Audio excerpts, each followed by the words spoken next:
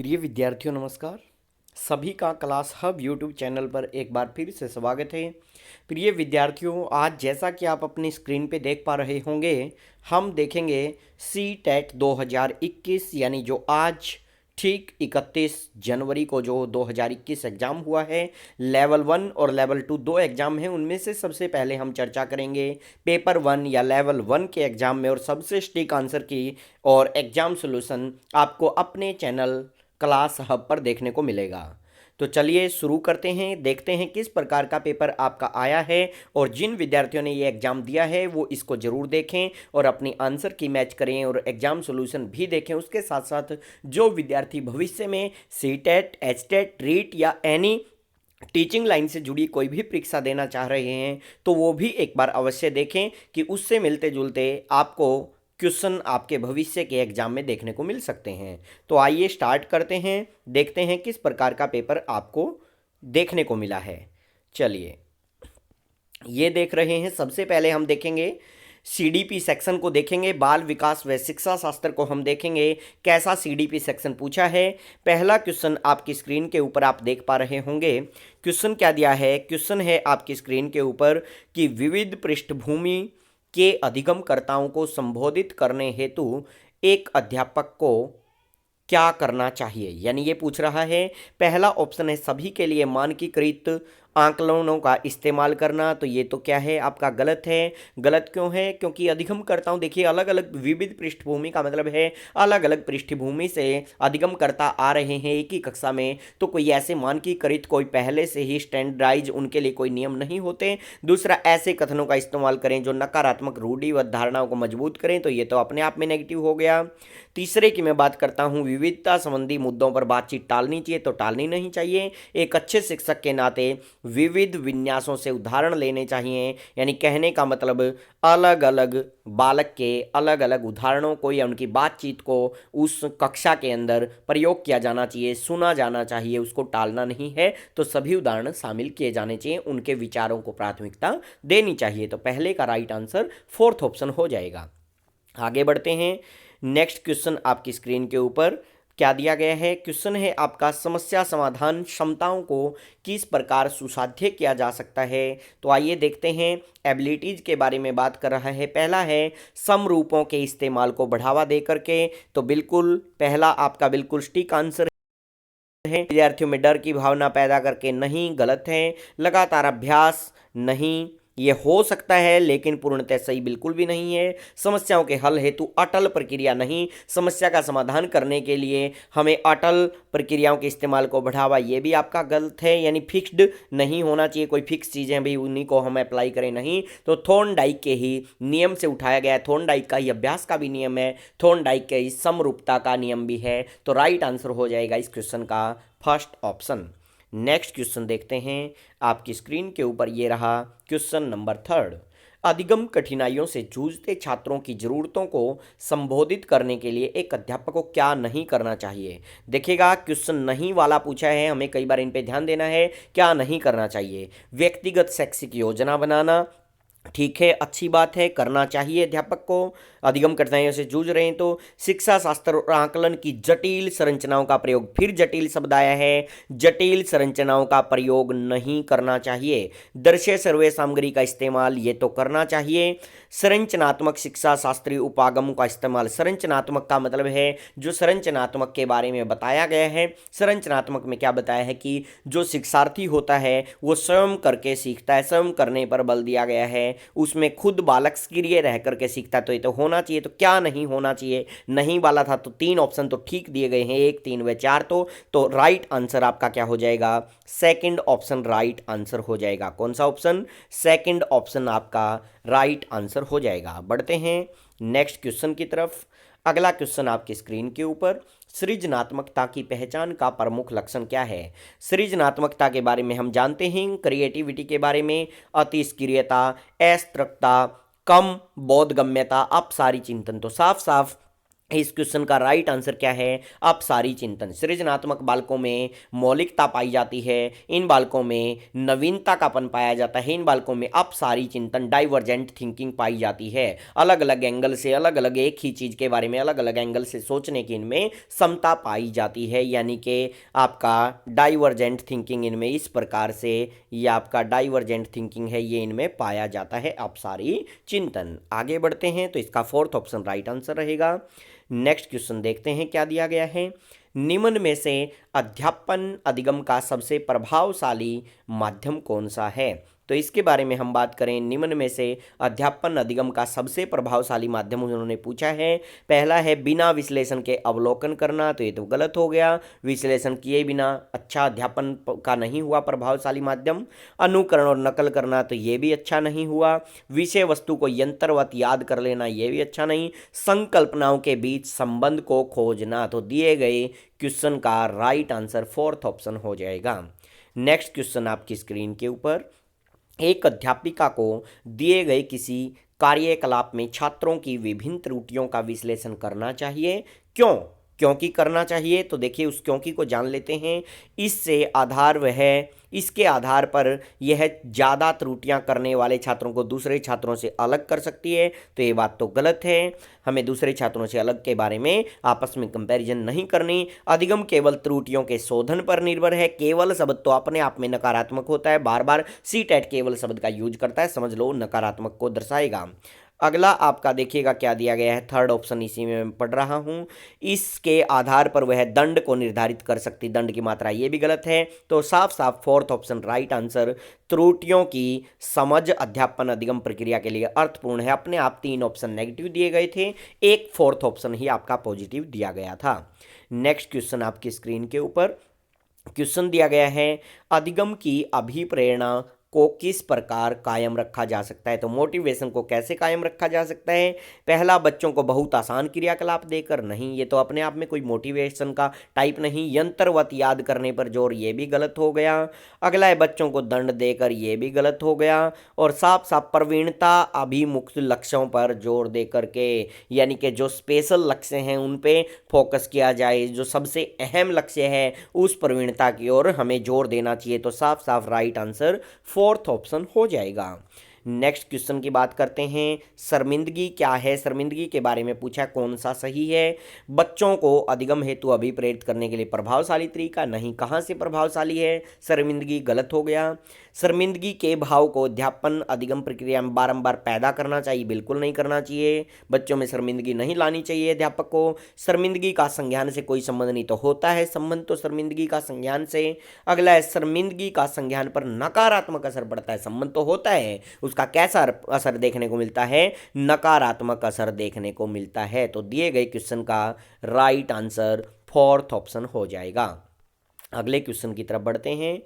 Next है आपका, अधिगम का संरचनात्मक विचार सुझाव देता है। जैसे मैंने अभी पर बताया, आइए देखते हैं। बच्चे सक्रिय भूमिका निभाते हैं, तो बिल्कुल सही है, अभी थोड़ी देर पहले ही बताया था मैंने आपको, इसमें बच्चे खुद सक्रिय रहकर सीखते हैं, तो राइट आंसर फर्स्ट ऑप्शन। अगले ऑप्शन देख लेते हैं, बच्चे पूर्ण रूप से पाठ्य पुस्तकों पर निर्भर, नहीं, गलत है। बच्चों की कोई भूमिका नहीं, गलत है। बच्चे पूर्ण रूप से वयस्कों पर निर्भर है, तो गलत है। 3 ऑप्शन वैसे भी नेगेटिव, और मैंने अभी आपको बताया संरचनात्मक यानी कि कंस्ट्रक्चर या स्ट्रक्चर की जब हम बात करें तो उसमें किस पर बल दिया जाता है? तो बच्चे खुद काम करके सीखें, सक्रिय रह करके सीखें।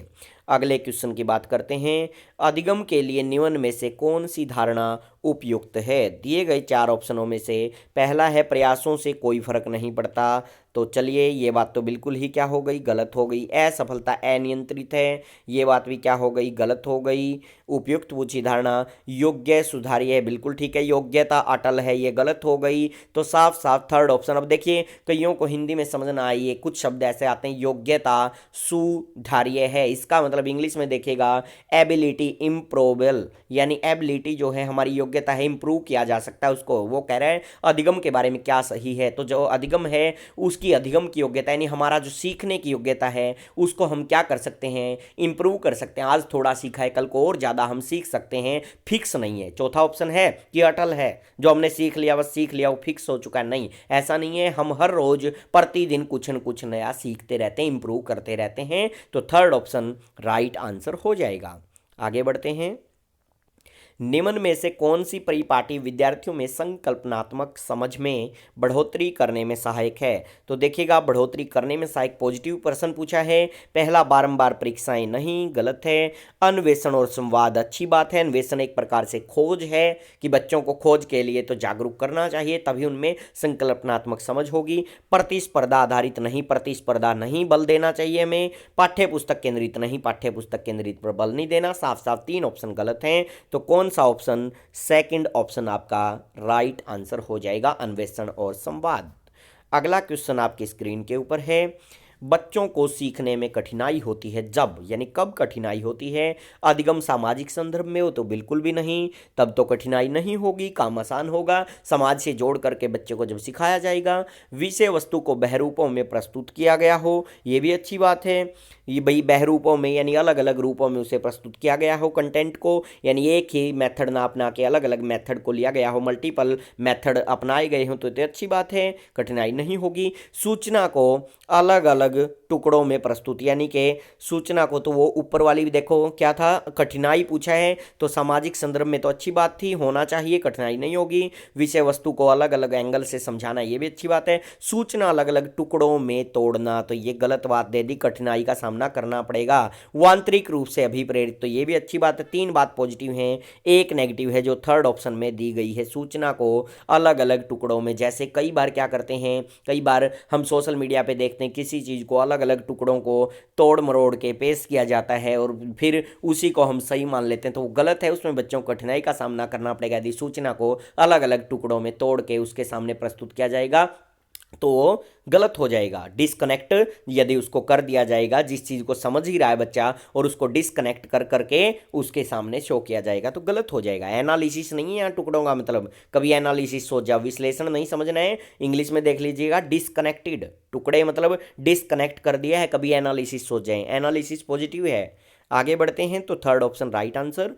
नेक्स्ट क्वेश्चन, अधिगम की सर्वोत्तम अवस्था कौन सी है? तो सर्वोत्तम अवस्था आपसे पूछी है, देखते हैं। संतुलित उत्तेजना, कोई भय नहीं, तो बिल्कुल अच्छी बात है। जब संतुलन आपका बना रहेगा और किसी प्रकार का आपको भय नहीं होगा तो आप अच्छे से सीख पाएंगे। दूसरा ऑप्शन है कोई उत्तेजना नहीं, कोई भय नहीं, तो ये तो गलत हो गया, कोई उत्तेजना ही नहीं होगी आप में तो आप नहीं सीख पाएंगे। अगला उच्च उत्तेजना, तो उच्च उत्तेजना से भी व्यक्ति कुसमायोजित हो जाता है और साथ के साथ उच्च भय भी दे दिया तो भय तो होना ही नहीं चाहिए। अगले में फिर देखिए उच्च भय दे दिया तो भय वाले तो गलत ही हो गए, पहले और दूसरे में से दूसरा अपने आप गलत हो गया कि कोई उत्तेजना नहीं, तो उत्तेजना तो होनी चाहिए, तो वो संतुलन में होनी चाहिए, संतुलित उत्तेजना और कोई भय नहीं, first option right answer. Next question देखते हैं।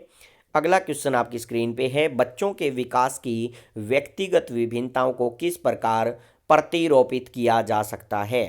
तो देखते हैं क्या दिया गया है, बच्चों के विकास की व्यक्तिगत विभिन्नताओं को किस प्रकार प्रतिरूपित कर सकते हैं। पॉजिटिव है, प्रतिरूपित को नेगेटिव ना समझें, कई विद्यार्थी ऐसा समझ जाते हैं नेगेटिव छांटना है, पॉजिटिव छांटना है। आइए 4 ऑप्शन देखिए, ना आनुवंशिकता ना पर्यावरण, यानी कि व्यक्तिगत विभिन्नताओं को कौन हमारा वो करेगा, किसके द्वारा होगी व्यक्तिगत विभिन्नता, तो कह रहा है ना तो आनुवंशिकता के द्वारा ना पर्यावरण, गलत हो गया। आनुवंशिकता एवं पर्यावरण की पारस्परिकता से, इंटरेक्शन से, अंतःक्रिया से, तो दोनों चीज़ों का तो रोल होगा, तो बिल्कुल ये तो अच्छी बात है। केवल आनुवंशिकता गलत है, केवल पर्यावरण, केवल तो अपने आप में नेगेटिव है, तो साफ साफ सेकंड ऑप्शन राइट आंसर हो जाएगा।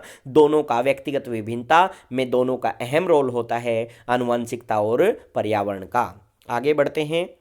नेक्स्ट है, एक कार्य के दौरान साइना स्वयं से बात कर रही है कि वह कार्य पर किस प्रकार प्रगति पर कर सकती है। लेव वाइगोट्स्की के भाषा और चिंतन सोच के बारे में दिए गए विचारों के अनुसार इस तरह की व्यक्तिगत वाक को क्या दर्शाते हैं? व्यक्तिगत वाक कहें, प्राइवेट स्पीच भी इसे कह सकते हैं, इनर स्पीच भी इसे कह सकते हैं, निजी भाषा भी इसे बोला जा सकता है। तो इसे क्या नाम दिया वाइगोट्स्की ने? साफ साफ ये पूछ रहा है, जब एक बच्ची, एक छोटी सी बच्ची अपने आप से बात कर रही है, उसी व्यक्तिगत वाक को क्या कहेंगे? तो इसका साफ साफ राइट आंसर आंसर क्या होगा? फोर्थ ऑप्शन स्वनियमन। राइट आंसर क्या होगा आपका? फोर्थ ऑप्शन होगा राइट आंसर। देखिए स्वनियमन का मतलब यहाँ क्या है? वो स्वयं को निर्देश दे रही है, ये बात माननी है वाइगोट्स्की। यदि इसी में पूछता जीन पियाजे के अनुसार क्या है, जीन पियाजे के अनुसार इसी भाषा को, निजी भाषा को जीन पियाजे ने क्या कहा था? जीन पियाजे ने इसे आत्म केंद्रितता या ईगोसेंट्रिज्म कहा था। जीन पियाजे के अनुसार फर्स्ट ऑप्शन आंसर होता, लेकिन वाइगोट्स्की इसी भाषा को एक उचित मानते हैं, कहते हैं कि बालक के लिए जरूरी है, और वो अपरिपक्व भाषा मानते हैं इस भाषा को। कौन? जीन पियाजे। जीन पियाजे अपरिपक्व भाषा, लेकिन लेव वाइगोट्स्की इसको उचित भाषा के रूप में देखते हैं कि बालक अपने आप से बात क्यों कर रहा है, वो स्वयं को निर्देश देने के लिए, सेल्फ रेगुलेशन, स्वयं को निर्देश देने के लिए कर रहा है। जीन पियाजे के अनुसार होता आत्म केंद्रित ईगोसेंट्रिज्म मानते हैं वाइगोट्स्की स्वनियमन। अगले क्वेश्चन पर बढ़ते हैं। मूल्यांकन पद्धतियों का लक्ष्य होना चाहिए, तो कैसा लक्ष्य है? विद्यार्थियों की जरूरतें एवं आवश्यकताओं की पहचान करना, ये तो अच्छी बात है। पुरस्कार वितरण हेतु उच्च अंक प्राप्त करना, बिल्कुल नहीं, मूल्यांकन का ऐसा कोई काम नहीं है। विद्यार्थियों को नामांकित करना, ये भी गलत है। योग्यता आधारित समूह में विद्यार्थियों को विभक्त करना, बिल्कुल नहीं करना। मूल्यांकन तो सभी का करना है, योग्यता आधारित समूह में विभक्त करने के लिए नहीं है। तो साफ साफ एक ही ऑप्शन पॉजिटिव था, तो फर्स्ट ऑप्शन आपका राइट आंसर हो जाएगा। अगले क्वेश्चन की तरफ बढ़ते हैं। नेक्स्ट क्वेश्चन आपकी स्क्रीन के ऊपर देखिएगा। एक गतिविधि के दौरान छात्रों को संघर्ष करते देख एक अध्यापिका बच्चों को संकेत और इशारे देती है, जैसे क्या, क्यों, कैसे प्रदान करने का फैसला लेती है। लेव वाइगोट्स्की के अनुसार अध्यापिका की यह योजना क्या है? तो आइए देखते हैं क्या योजना है उसकी। पहला ऑप्शन आप देख पा रहे होंगे, छात्रों में प्रत्याहार विकास प्रवृत्तियां पैदा करना, नहीं। अधिगम की प्रक्रियाओं में अर्थहीन होगी, नहीं। बच्चों को अधिगम के लिए अनुप्रेरित या निष्प्रेरित करेगी, बिल्कुल नहीं। तीन ऑप्शन तो अपने आप नेगेटिव हैं। अधिगम के लिए पाठ या आधारभूत संरचना काम करेगी, तो बिल्कुल ठीक है। अब कई बच्चे सोचेंगे सर ये पाठ क्या रहे, इंग्लिश मीडियम देखेगा, बार बार हमने ऑफलाइन क्लासों में भी इनका काफ़ी बार जिक्र किया हुआ है। स्कैप फोल्डिंग आप देखेंगे वाइगोट्स्की की संकल्पना में या तो सामाजिक शब्द आपको मिल जाए, सांस्कृतिक शब्द आपको मिल जाए, जेडपीडी मिल जाए, स्कैप फोल्डिंग मिल जाए, इन तीन चार संपत्तियां हैं, उनमें से मिला ही आपको चार ऑप्शनों में एक है। वाइगोट्स्की की बात पूछ रहा है, तो ये क्या है? ये स्कैप फोल्डिंग है, क्योंकि स्कैप फोल्डिंग में अस्थायी बाह्य मदद दी जाती है किसी कुशल व्यक्ति के द्वारा। यही तो दर्शाया गया है क्वेश्चन में कि अध्यापिका बच्चों को इशारे कर रही है, थोड़ा बहुत इशारा दे रही है, यानी कि उनको बाहर से थोड़ी सी मदद कर रही है, बाहर से उन्हें टेम्परेरी हेल्प दे रही है। उसी टेम्परेरी हेल्प को क्या कहा था वाइगोट्स्की ने? सॉरी स्कैप फोल्डिंग कहा था। और दिए गए चार ऑप्शनों में इनमें से जो इन्होंने स्कैप फोल्डिंग, जेडपीडी, सामाजिक, सांस्कृतिक और भाषाई, चार पांच कुछ शब्दों का यूज किया, उनमें से एक ही ऑप्शन में पड़ा है। तीन तो उसके कहीं भी पूरी थ्योरी में शब्द भी यूज नहीं किए गए हैं। ऑप्शन देख करके भी आंसर टिक कर सकते थे। आगे बढ़ते हैं। नेक्स्ट क्वेश्चन, एक खेल के दौरान चोट लगने पर रोहन रोने लगा। यह देखकर उसके पिता ने कहा, अरे लड़कियों की तरह व्यवहार ना करो, लड़के रोते नहीं हैं। पिता का यह कथन क्या है? तो साफ साफ पिता क्या दर्शाना चाह रहा है? यानी कि वो रूढ़िवादिता को दर्शाना चाह रहा है। किसको दर्शाना चाह रहा है? वो रूढ़िवादिता को दर्शाना चाह रहा है। तो साफ साफ राइट आंसर थर्ड ऑप्शन हो जाएगा, क्योंकि वो क्या कर रहा है? वो भेदभाव कर रहा है। पहला ऑप्शन था वो लैंगिक भेदभाव को कम कर रहा है, तो कम नहीं कर रहा, वो तो बढ़ा रहा है भेदभाव को, कि लड़के नहीं रोते लड़कियां रोती। लैंगिक समानता को बढ़ा रहा है, समानता नहीं, वो तो भेदभाव को बढ़ा रहा था। लैंगिक रूढ़िवादियों को चुनौती दे रहा था, चुनौती नहीं दे रहा था, वो तो क्या कर रहा था? उसको शो कर रहा था, लैंगिक रूढ़िवादिता को। थर्ड ऑप्शन राइट आंसर हो जाएगा। अगले क्वेश्चन की तरफ बढ़ते हैं। एक प्रगतिशील कक्षा में क्या होता है? तो देखिए, ज्ञान की संरचना के लिए प्रचुर मौके प्रदान किए जाने, तो बिल्कुल प्रचुर मौकों का मतलब है अनेक मौके बच्चे को दिए जाने चाहिए। तो बिल्कुल अवसर प्रदान तो करने ही करने चाहिए। अवसर प्रदान करने वाला तो जहां हमें ऑप्शन मिल जाता है वो सबसे बेस्ट होता है। पहला तो ठीक है। विद्यार्थियों को उनके अकादमिक अंकों के आधार पर नामांकित, बिल्कुल नहीं।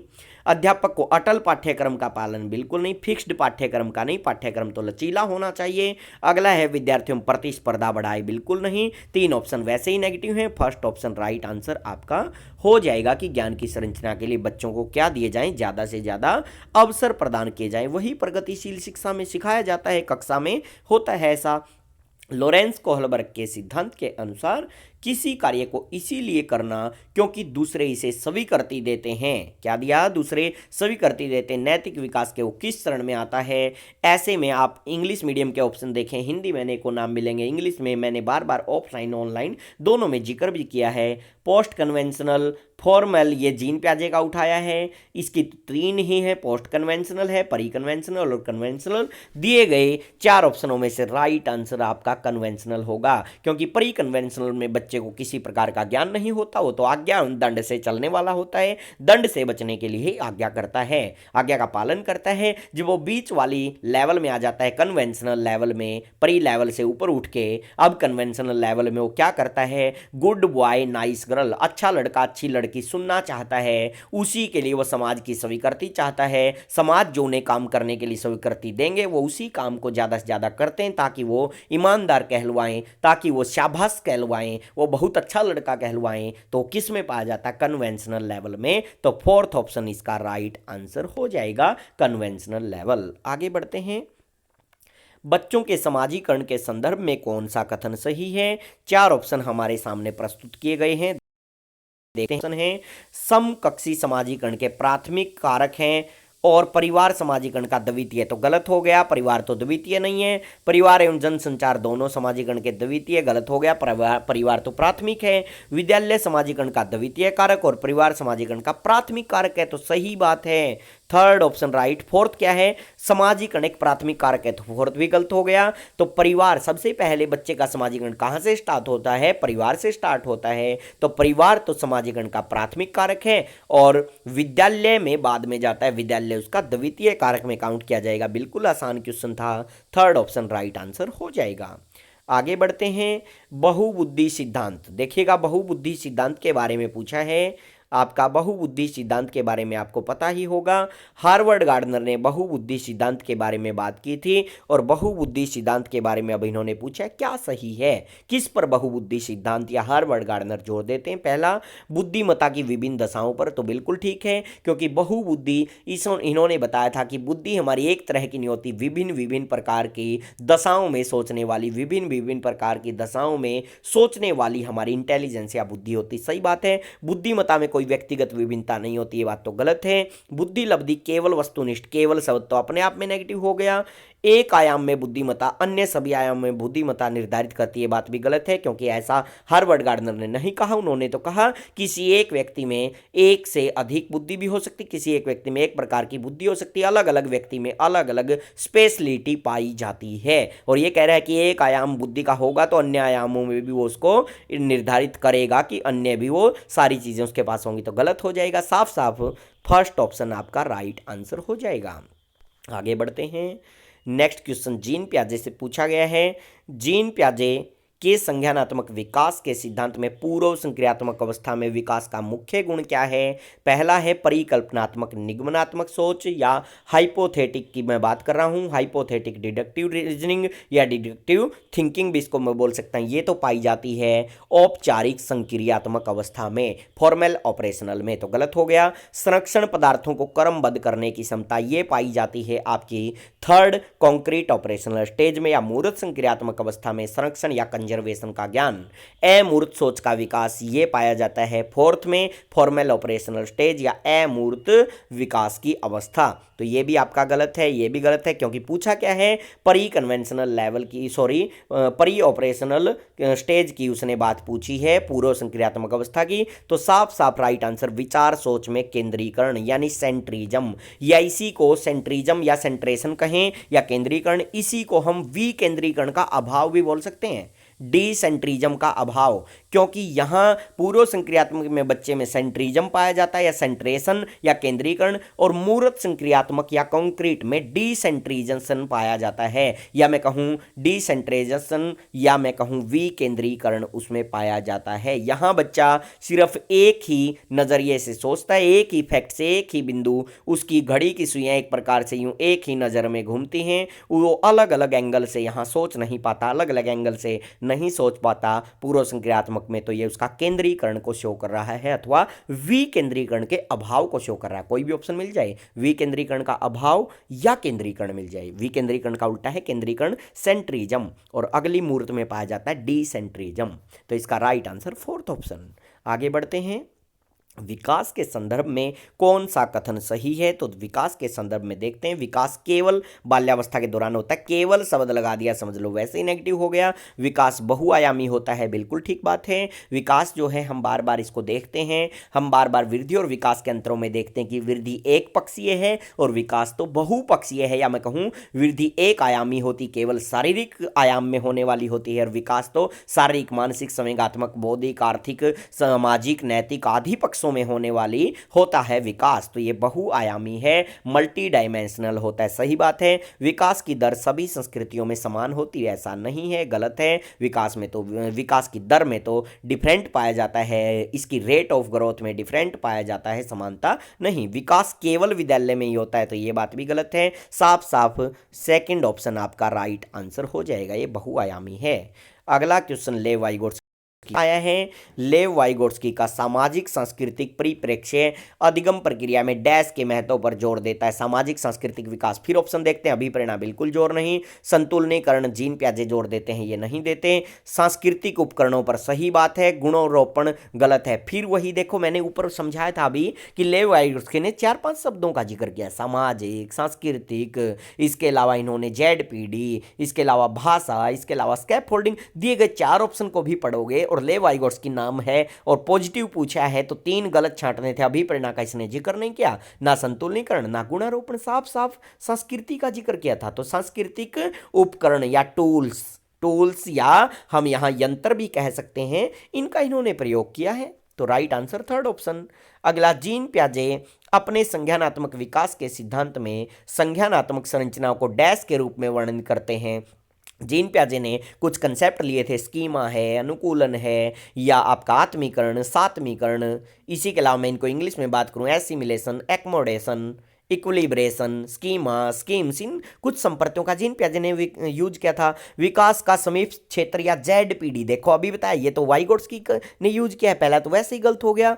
मनोवैज्ञानिक उपकरणों का ऐसा इन्होंने नहीं यूज किया। उद्दीपन अनुक्रिया नहीं यूज किया। स्कीमा, इनका भी डायरेक्ट ऑप्शन पढ़ोगे तो भी आंसर दे पाओगे। जीन प्याजे ने कुछ संप्रत्य यूज किए, उन्हीं में से खाली एक ही संप्रत्य दे रखा है, स्कीमा संप्रत्य दिया है। तो जीन प्याजे अपने संज्ञानात्मक विकास के सिद्धांत में संज्ञानात्मक संरचनाओं को स्कीमा के रूप में वर्णन करते हैं। ये अपनी एक बुद्धि को एक भंडारगृह, ज्ञान के भंडारगण के रूप में मानते हैं कि हमारा एक प्रकार का भंडारगृह है, उसमें हम संज्ञानात्मक संरचनाओं को इकट्ठा करते हैं, हमारे अनुभवों को एज ए स्कीमा के रूप में हम रखते हैं। तो राइट आंसर सेकंड ऑप्शन हो जाएगा।